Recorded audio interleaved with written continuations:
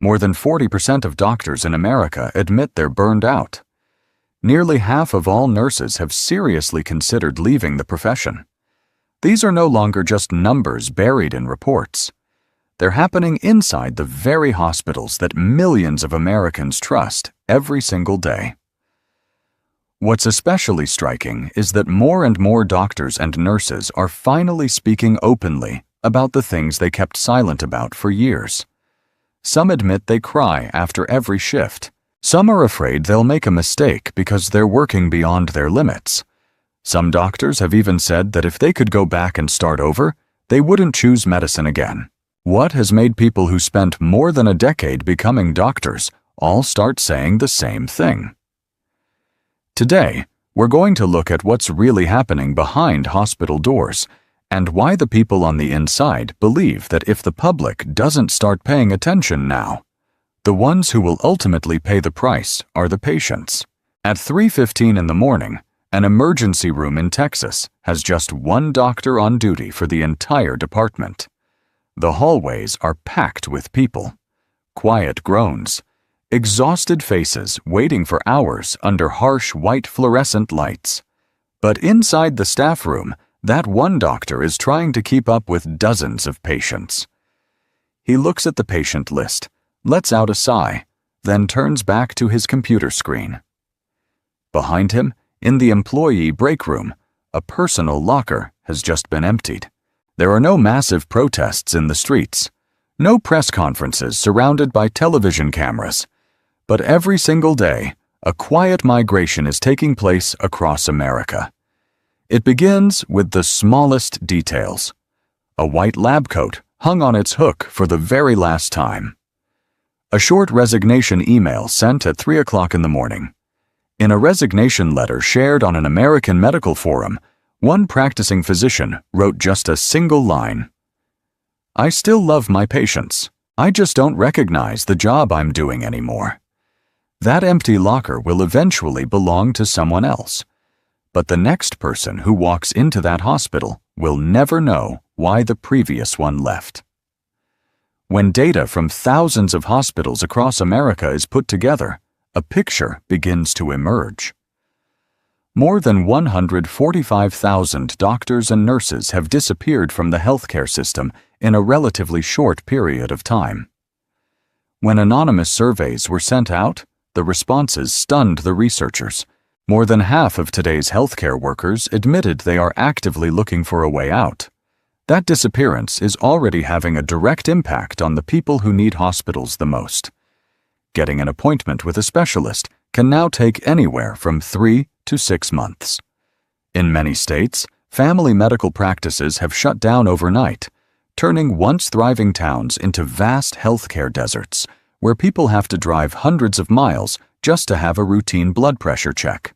Why would someone spend 11 to 15 grueling years in school, carry nearly $300,000 in average student debt, and then walk away from it all with nothing more than a brief email sent in the middle of the night? A hospital can always hire new people by offering higher pay, but no system can replace the people who have completely lost faith in their profession. The greatest crisis in healthcare doesn't begin when hospitals run out of staff. It begins the day the most skilled, most dedicated doctors decide they can't stay for even one more second. And when the people on the inside finally begin breaking their silence about what's really happening behind hospital doors, every interview leads to the same name, a name that millions of patients see every year. But almost no one realizes it has been quietly changing the way their doctors care for them. Many patients walking into doctors' offices across America today find themselves asking the same questions. Why does their doctor always seem to be in such a hurry? Why are they constantly staring at a computer screen instead of looking directly at the patient? The explanation from the people on the inside reveals a reality that most Americans have never been told. A family physician in Ohio once shared that after his private practice was sold to new owners, he was informed that the standard appointment time for each patient had been cut from 20 minutes to just 12. During the very first appointment under the new policy, an elderly patient broke down in tears as she talked about her depression after losing her husband. By the 11th minute, the system had already started warning that the visit had exceeded the allotted time. At the end of that day, the only thing his manager brought up wasn't the woman's condition. It was the fact that his productivity had fallen below average. The process of taking away a doctor's ability to practice medicine didn't happen through some sweeping public decree. It happened quietly, one policy and one performance metric at a time. According to many physicians and healthcare policy researchers in America, the roots of this change can be traced back to a quiet wave of acquisitions, as private hospitals and small family practices across the country were bought by private equity firms and large financial corporations. After those acquisitions, the pressure to maximize revenue and productivity became noticeably stronger. To financial managers, a medical practice is run like a production line, where doctors are the workforce and patients are viewed as insurance billing codes used to maximize cash flow during every hour of a shift. If a doctor spends too much time listening to a patient, that means lowering the overall productivity of the entire system. Many doctors realized this was no longer the job they had signed up for when they first entered medical school. They took on enormous debt and spent well over a decade training, only to discover that they didn't lose their ability to practice medicine in a single day. They lost it one form, one policy, and one corporate performance metric at a time. But for many doctors, being forced to shorten face-to-face visits still isn't the cruelest part, because what truly pushes them to the edge is the thing that appears every time they turn on their computer at the beginning of a shift. 6 a.m. The first thing a doctor sees at the hospital isn't a patient waiting for care. It's a computer screen. Behind the door of the physician workroom, the stethoscope sits untouched on the desk, replaced by the constant tapping of a keyboard and the endless clicking of a mouse. A 12-hour shift doesn't begin with the sound of a heartbeat. It begins with a list of electronic forms inside the medical record system. 7:15 a.m. Instead of walking to a patient's bedside, the doctor has to log into the system to clear dozens of emails left over from the previous shift and review administrative audit requests. Before a patient with heart failure can even be examined in person, their digital records must first be sorted, coded, and processed through a long series of checklists. 8:30 a.m. The phone rings. This is when the battle for the right to provide treatment begins. The doctor has to contact administrative staff at private insurance companies to complete the prior authorization process for an MRI to detect a tumor or for a specialized medication. The long conversations and endless time spent on hold gradually consume the entire morning, while the line of patients waiting outside keeps getting longer. When real-world data from the American Medical Association is put together, an ironic reality begins to emerge. For every 1 hour doctors spend seeing patients face-to-face, they spend an average of 2 full hours entering data and dealing with paperwork. A doctor's 12-hour shift is, in reality, 8 hours working like a low-level office employee and only 4 hours devoted to people. 11:45 a.m. The first face-to-face patient visit begins. The next time you walk into a doctor's office, after waiting for weeks to get an appointment, and then sitting another 45 minutes in the waiting room, the time you actually spend talking with your doctor will likely last only 7 to 10 minutes. The moment you sit down, the clock has already started counting down. 2 p.m. The doctor has to listen as you describe your symptoms while constantly typing into the computer to complete the required documentation. The next time you notice your doctor looking at the screen instead of looking you in the eye, they may not be ignoring you at all. A doctor can't look a patient in the eye when most of their time is spent staring at a screen to make sure the treatment won't be denied for payment. 5 p.m. The final appointment of the day ends, but the doctor's work is far from over. Many physicians leave the hospital long after dark, carrying a laptop home so they can keep entering data late into the night. They are spending most of their time proving to the system that the care they provided was justified. Your doctor doesn't want a workday to look like this. They want to sit down, listen, and truly understand your pain without being chased by the clock. But when the time devoted to people is sliced into tiny pieces measured in minutes, compassion slowly wears away one coded entry at a time. And if the crushing pressure of this relentless schedule is draining away what little time doctors have left, then for the nurses at the bedside, the thing pushing them to the edge takes an even crueler form. A secret they've never dared to talk about begins with harmless sounds echoing every second right beside your hospital bed. If you walk into an intensive care unit, or ICU, in America, the very first thing that surrounds you is the sound of beeping. Beep, beep, beep. One alarm signals that the oxygen level for bed 4 has dropped slightly. Another warns that the IV bag for bed 7 is almost empty. Yet another goes off because the heart rate of the patient in bed 2 changes slightly as they roll over. Those sounds continue non-stop, second after second, never stopping beneath the cold neon lights of the night shift. But there's a frightening truth that bedside nurses only whisper to each other after their shift is over. According to data from medical safety studies in America, an ICU nurse hears an average of 150 to 350 audible alarms for every patient bed every single day. And more than 90% of those alarms are false or unnecessary, triggered by something as simple as a patient shifting position and loosening an electrode, or by monitors set with overly sensitive thresholds. The human body has a natural defense mechanism against constant noise. When the brain is forced to process hundreds of those piercing alarm tones over the course of a non-stop 12-hour shift, it automatically begins tuning them out to protect the nervous system.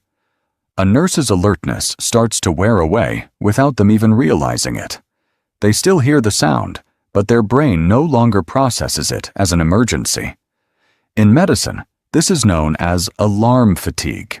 What nurses fear most isn't the sound of the alarms. It's the day they realize they no longer flinch when they hear them. Imagine a nurse in the 11th hour of an overwhelming shift, legs aching and mind numb from lack of sleep. When another beep echoes from the far end of the hallway, the exhausted brain automatically reaches the same passive conclusion. It's probably another false alarm. They keep walking, trying to finish another administrative form on the computer. But this time, it isn't a false alarm. It's the moment a patient's heart actually stops beating. If one day you find yourself lying in a hospital bed and hear an alarm sounding beside you, there's a good chance it isn't the first alarm of the day. It's the 200th, and it's ringing in front of someone who no longer has the strength to instinctively react. When compassion and vigilance are worn down by constant overload from machines, the line between life and death can come down to nothing more than chance. And while these lifeless alarms are quietly numbing nurses' life-saving instincts, somewhere else inside the hospital, their co-workers are facing a different kind of pressure, one where exhaustion doesn't come from the sound of machines, but from physical blows on the front lines. Two nurses stand side by side during the same shift in an intensive care unit in Texas. One has worked at the hospital for 10 years, knows every hallway, every patient, and every physician's routine. The other arrived just 3 days ago and still hasn't memorized the layout of the hospital well enough to find the medication room. They do the same job. They change dressings and monitor the same patient's heart rhythm. But at the end of the month, the new nurse takes home 3 times the pay of the veteran nurse. That extraordinary unfairness is the beginning of a disturbing paradox quietly unfolding inside the budgets of major American hospitals. They claim they don't have the money to raise wages to keep experienced staff, yet they're willing to spend enormous amounts to hire new ones. To deal with the shortage of permanent staff, hospital administrators have turned to an expensive short-term solution: hiring travel nurses through staffing agencies. These nurses agree to move from state to state, working short-term contracts that last a few weeks or a few months, with exceptionally high pay to keep the system from falling apart. That temporary solution has triggered a self-destructive chain reaction. Not enough staff. Hire travel nurses. Experienced staff become frustrated and leave. The staffing shortage becomes even worse. And then the hospital has to hire even more travel nurses at an even higher cost. That financial spiral quickly drains the hospital's operating budget. To make up for the soaring cost of travel nurses, hospital management companies begin making ruthless cuts in other areas. They lay off housekeeping staff, nursing assistants, and administrative support workers. As a result, jobs that aren't part of nursing, cleaning patient rooms, changing dirty bed linens, cleaning up bodily waste, and delivering meal trays, are pushed onto bedside nurses who are already physically exhausted. They no longer have enough time to focus on professional medical care because they're doing the work of 3 other people who were laid off to save the corporation money. At the same time, hospitals quietly change the safe ratio between nurses and patients. In the past, a medical surgical nurse was responsible for no more than 4 patients, a ratio that medical research has shown is safe for catching abnormal heart rhythms or changes in breathing before it's too late. But today, in many major hospitals, that ratio has climbed to 6, 8, or even 10 patients for every nurse during the night shift. A nurse can't be in 2 patient rooms at the same time. When one person has to divide their attention among so many patients while buried under crushing administrative demands, the risk of missing critical clinical warning signs rises dramatically. They have to choose between leaving one patient who needs suctioning so they can rush to give medication to another who's in severe pain. The most troubling question isn't whether the nurse caring for you comes from another state or how much they're being paid. It's why the largest healthcare system in the world has become dependent on a self-destructive cycle like this just to keep its most basic daily operations running. A veteran head nurse with 25 years of experience teaching and supervising an intensive care unit at a hospital in Houston decides to retire early. She's the kind of nurse who can look at a newborn's breathing pattern and recognize the signs of an infection before the monitors even register a change. She's the one who always steps in during the most overwhelming emergencies to keep younger nurses from panicking. When she walks out of the hospital for the last time, she doesn't just take her personal belongings with her. She takes with her the knowledge, experience, and safety of that entire clinical unit. The departure of people like that head nurse exposes the cruelest side of the healthcare crisis. The most capable, the most experienced, and the people with the most career options are often the first to leave. They have the financial freedom to retire early, move into teaching, or become legal consultants for pharmaceutical companies to protect their own health.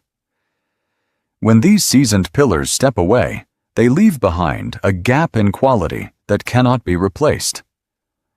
America's healthcare system begins to resemble an army made up almost entirely of new recruits fresh out of school, forced to handle life and death situations on their own without experienced leaders to guide them. The people left holding the system together are newly graduated nurses with limited clinical experience handling unexpected medical emergencies. They work 12-hour shifts in a constant state of uncertainty, trying to learn how to operate complex medical equipment while simultaneously carrying the overwhelming burden of caring for 10 patients during a single shift. This serious decline in the overall quality of patient care is happening quietly. A patient walking into the hospital can't immediately see it, but the medical data tells a frightening story. When patient safety studies from major American hospitals are analyzed together, researchers find a direct relationship. The hospital units with the highest rates of experienced nurses leaving also see sharp increases in post-operative complications among patients. The exhaustion and inexperience of the staff who remain begin turning into real medication errors. Drug containers with nearly identical labels but different dosages are confused with one another. Early signs of respiratory failure are missed during the night shift. And preventable deaths begin to happen simply because the nurse on duty is too overwhelmed to return and check on a patient in time. The healthcare staffing crisis isn't really a problem of numbers on financial reports. It's a crisis of the minimum standard of care and of your own safety when you're lying in a hospital bed. You can build magnificent hospitals worth hundreds of millions of dollars. You can buy the most advanced medical equipment in the world. But none of it means anything without skilled hands and clear minds to operate it. The last line of protection for every patient has always been built on the compassion and dedication of the best doctors and nurses. But now, as that wall has been completely crushed under the pressure of money and a system that exploits its own people, doctors and nurses have come to a painful realization. By staying silent, by continuing to push through impossible shifts just to make the system appear stable, they're actually helping sustain its collapse. They understand that if they don't find the courage to stand up and tell the whole truth today, then the next person to pay with their life in that hospital bed could be you. Tomorrow, before the first light of a new day reaches the windows of an emergency room, another personal locker will be emptied. Another white lab coat will be neatly folded and placed on a wooden desk. Another brief resignation email will be sent at 3 o'clock in the morning. That cycle is still repeating every single day, quietly and relentlessly. Even as we're sitting here talking about it. Together, we've walked through the cold hallways of an emergency room after midnight, where a single doctor was carrying an entire clinical department. We've watched the clock count down every second during Dr. David's 12-minute appointments in Ohio. We've seen the blue glow of a computer screen consume 8 hours of a physician's workday, heard the endless beeping of heart monitors slowly become meaningless in the minds of exhausted nurses, witnessed the injustice of 2 people earning 2 completely different salaries for performing the very same wound dressing during the same shift, and finally watched a veteran head nurse quietly walk away, taking 25 years of hard-earned experience out the hospital doors with her. None of those images stand alone. They are pieces of a much larger picture where every detail points toward the same truth America has been trying to avoid. Many people still believe today's healthcare crisis is simply a financial problem, about hospital budget shortfalls or disputes with insurance companies. But the truth is something very different. A system doesn't truly begin to collapse when it runs out of money. It begins to collapse when its best people, its most dedicated people, decide they can no longer stay. What's disappearing in America today isn't just medical degrees or bedside staff. What's truly disappearing is the minimum amount of time and space one human being needs to genuinely care for another. When medicine is stripped of the sacred connection between doctor and patient, when meaningful conversations are replaced by productivity metrics on an Excel spreadsheet, a hospital is no longer a place of healing. It has become a factory for producing numbers. And that's why the people who have spent their careers enduring all of this in silence are now speaking out together. They know that cleaning out their locker and walking away is the easiest choice for themselves. But they also understand that if they keep silently carrying a broken system on their shoulders, they're indirectly pushing the next patients into harm's way. They've chosen to break the profession's unwritten code of silence, accepting the risk of criticism from hospital management and skepticism from the public to expose the cracks growing wider behind the doors of America's hospitals. They're not speaking out to ask for society's sympathy. They're not asking for special privileges. They're revealing these secrets because they know that when the people providing your care are no longer protected, the next person to suffer the consequences in that hospital bed could be you. For the people who have spent their youth and their entire careers fighting to pull lives back from the edge of death, perhaps finding the courage to step into the light and speak out today is the last life they are still able to save before the curtain of silence finally falls. No crisis begins on the day people finally walk away. It began long before that, the day the people on the inside realized something was no longer right, yet chose to stay silent and keep serving. Perhaps the most important question after seeing the bigger picture isn't how many more doctors or nurses will resign next year. It's why thousands of people across different states and different medical specialties are all delivering the exact same warning.